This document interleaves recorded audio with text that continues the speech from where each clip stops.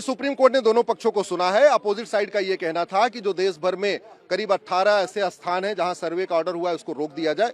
हमने कहा है कि इसको रोकना नहीं चाहिए क्योंकि ये place of worship act religious character की बात करता है और रिलीजियस कैरेक्टर देख के पता नहीं चल सकता।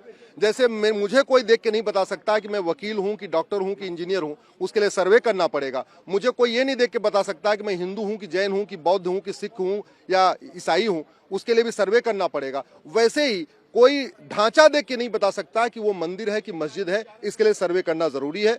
दूसरा, हमने ये भी कहा है चूंकि जिन 18 स्थानों पे सर्वे का ऑर्डर हुआ है उसके पक्षकार सुप्रीम कोर्ट में नहीं आए हैं, इसलिए माननीय सुप्रीम कोर्ट को स्टे नहीं करना चाहिए। आदेश क्या आएगा उसकी प्रतीक्षा कर रहे हैं। आदेश अभी लिखा नहीं, चूंकि ओपन कोर्ट में कोई आदेश लिखा नहीं गया है, कोर्ट आदेश बाद में आएगा तो देखेंगे क्या आदेश आता है। हमारा ये कहना है बाबर, हुमायूं, तुगलक, गजनी, गोरी के इल्लीगल काम को लीगलाइज करने के लिए कानून नहीं बन सकता है। कोर्ट का दरवाजा बंद नहीं हो सकता है। वक्फ कानून में कोर्ट का दरवाजा बंद हुआ है तो भी एक वक्फ बोर्ड, वक्फ ट्रिब्यूनल का रास्ता खोला है। आर्बिट्रेशन कानून में कोर्ट का दरवाजा बंद किया है तो भी एक आर्बिट्रेशन का रास्ता दिया है। ये कानून ना आर्बिट्रेशन का रास्ता दे रहा है, न कोर्ट जाने का रास्ता दे रहा है, कोर्ट का दरवाजा भी बंद कर रहा है। ये पूरी तरीके से भारत के संविधान के खिलाफ है। भारत एक संप्रभु राष्ट्र हो चुका है और संप्रभु राष्ट्र में बाबर, हुमायूं, तुगलक, गजनी, गोरी के इल्लीगल काम को लीगलाइज नहीं किया जा सकता। मैं समझता हूँ पिछले कई सालों में टेम्परेरीली सही, यानी कि कुछ समय के लिए ही सही, संविधान की गरिमा को, जो संविधान चाहता है देश की सुप्रीम कोर्ट से, उसको रखा है। और मैं इसलिए नहीं कह रहा कि ये फैसला शायद हमारे पक्ष में नजर आ रहा है, इसलिए ये बात नहीं कह रहा हूँ।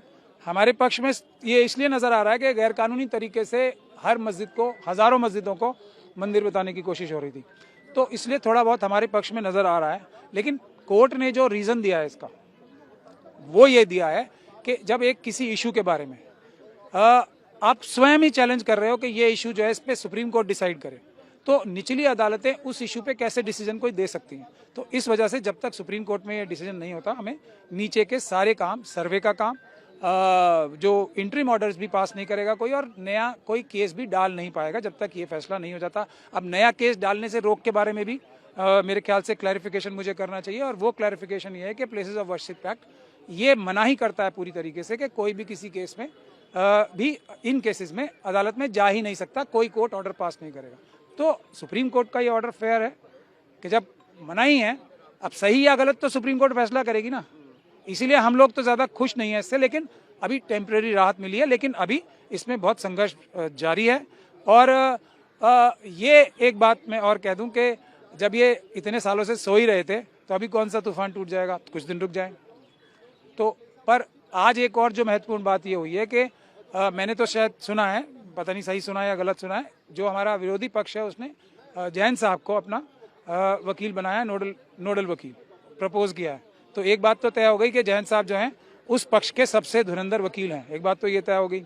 दूसरी बात ये तय हो गई, जो मैंने अगर सुना है, सही सुना है, तो तुषार मेहता साहब ने भी उनका नाम प्रपोज किया था। तो ये दोनों इंटरेस्टिंग चीजें भी हुई हैं आज। प्लेसेज ऑफ वर्शिप एक्ट में जो हिंदू पक्ष का भी पिटीशन था, जो सेक्शन 3 और 4 है, उसको ultra vires of the constitution declare किया जाए, जबकि मुस्लिम पक्ष का पिटीशन था कि प्लेसेज ऑफ वर्शिप एक्ट के सेक्शन 3 और 4 को इम्प्लीमेंट किया जाए। आज माननीय सर्वोच्च न्यायालय में दोनों पक्ष की दलीलें आई। माननीय सर्वोच्च न्यायालय ने आज के अपने आदेश में कहा है कि इस सारे मामले की सुनवाई अगली तारीख पर होगी, लेकिन उन्होंने एक आज आदेश पारित किया कि नए सूट रजिस्टर नहीं किए जाएंगे जहां प्लेसेज ऑफ वर्शिप एक्ट का मामला इन्वॉल्व होता हो। दूसरा, उन्होंने यह भी कहा कि जो सूट रजिस्टर हो गया है वो सूट तो चलेगी, लेकिन जब तक ये मामला सुप्रीम कोर्ट में पेंडिंग है, कोई इंटरिम ऑर्डर, कोई अदालत जहां ये सूट पेंडिंग है, जो मुस्लिम पक्ष ने कहा 18 सूट टोटल पेंडिंग है, उसमें कोई इंटरिम ऑर्डर पास नहीं किया जाएगा जब तक section places of worship act का मामला इस कोर्ट में विचाराधीन है। तो सर्वे को भी लेकर सुप्रीम कोर्ट ने कुछ कहा है क्या? सर्वे का भी कहा है कि कोई सर्वे का ऑर्डर अभी जब तक ये मैटर पेंडिंग है यहाँ कोई अदालत पास नहीं करेगी।